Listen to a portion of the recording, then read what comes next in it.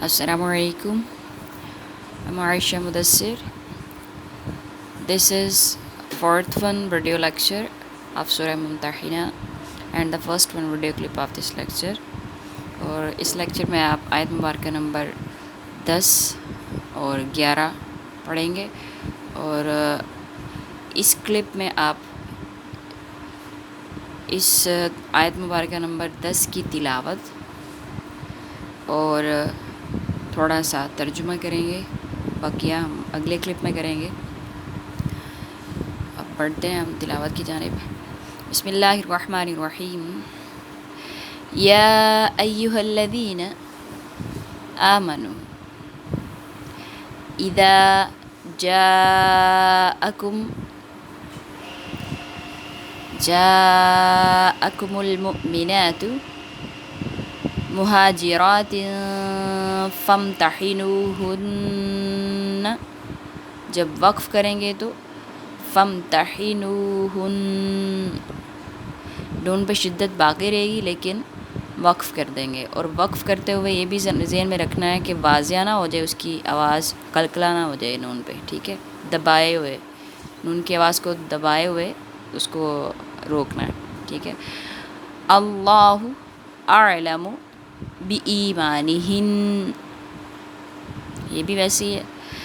فَإِنْ عَلِمْتُمُوهُنَّ مُؤْمِنَاتٍ فَلَا تَرْجِعُوهُنَّ إِلَى الْكُفَّارِ، وقف آئے گا إِلَى الْكُفَّارِ، لَا هُنَّ حِلٌّ لَهُمْ وَلَا هُمْ يَحِلُّونَ لَهُنَّ وَآتُوهُمْ، یہاں ساتھ میں دونوں میمیں اکٹھی ہو گئی ہیں تو ان کو آپس میں ملائیں گے، ادغام ہے، ادغام شفوی۔ وَآتُوهُمْ مَا أَنفَقُوا وَلَا جُنَاحَ عَلَيْكُمْ أَن تَنكِحُوهُنَّ إِذَا آتَيْتُمُوهُنَّ أُجُورَهُنَّ، وقف آ گیا ہن۔ وَلَا تُمْسِكُوا بِعِصَمِ الْكَوَافِرِ وَاسْأَلُوا مَا أَنفَقْتُمْ وَلْيَسْأَلُوا مَا أَنفَقُوا ذَلِكُمْ حُکْمُ اللّہ، وقف آ گیا حکم اللہ، یحکم بینکم واللہ علیم حکیم۔ یا ایہا الذین، اے وہ لوگو جو آمنو ایمان لائے، اذا جب جاءکم آئیں تمہارے پاس، المؤمنات مومن عورتیں، مہاجرات ہجرت کرنے والی، اے ایمان والو جب تمہارے پاس ہجرت کرنے والی مومن عورتیں آئیں،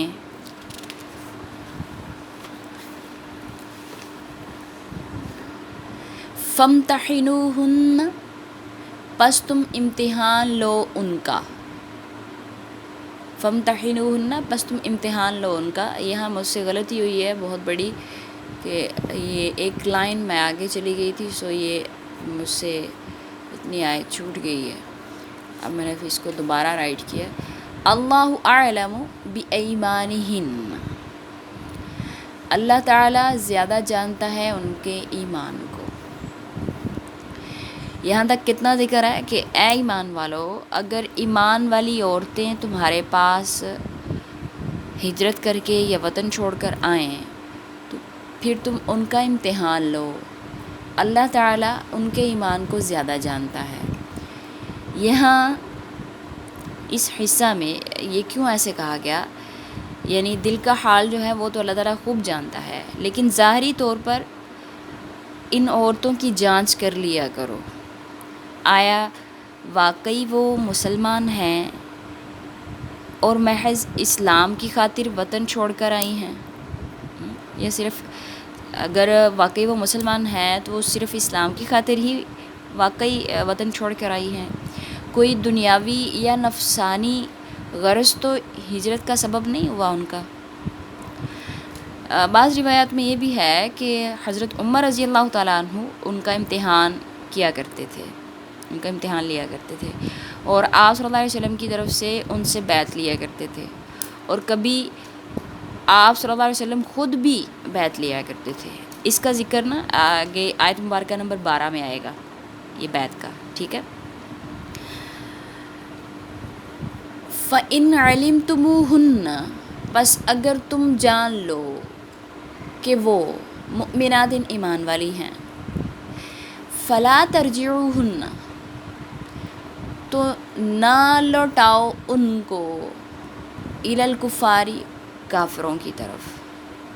اگر وہ ایمان والی ہیں تو پھر انہیں واپس کافروں کی طرف مت لوٹاؤ، ان کو واپس مت بھیجو۔ لا ہن حل لہن، نہیں ہیں وہ عورتیں حلال ان کافر مردوں پر، جب وہ ایمان لے آئی ہیں، مینز پہلے وہ کافر لوگوں کے ہی نکاح میں تھیں، ان لوگوں کے زوجیت میں تھیں، لیکن جب وہ وہاں سے چھوڑ کے مسلمان ہو کے ان کو چھوڑ کے ہجرت کر کے آئی ہیں تو پھر ان کو واپس مت لوٹاؤ۔ وَلَا هُمْ يَحِلُّونَ لَهُمْ، اور نہ ہی وہ مرد، وہ کافر مرد حلال ہیں ان عورتوں کے لیے، ٹھیک ہے۔ اگر ایسا میں ہے تو ان لوگوں کو یہ عورتیں مت لوٹاؤ، ٹھیک ہے۔ وَآتُوهُمْ، اور تم دو ان کو، مَا أَنفَقُوا، جو انہوں نے خرچ کیا، جو انہوں نے خرچ کیا وہ ان کو دو۔ وَلَا جُنَاحَ، اور نہیں کوئی گناہ، علیکم تم پر، ان یہ کہ یہ کہ تنکحوہن، تم نکاح کرو ان عورتوں سے،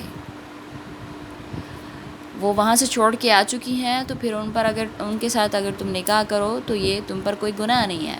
اذا آتیتموہن اجورہن، کب؟ جب تم دے دو ان کو حق مہر ان کے، ٹھیک ہے۔ اب اتنی کی تفسیر ہم اگلے میں کرتے ہیں۔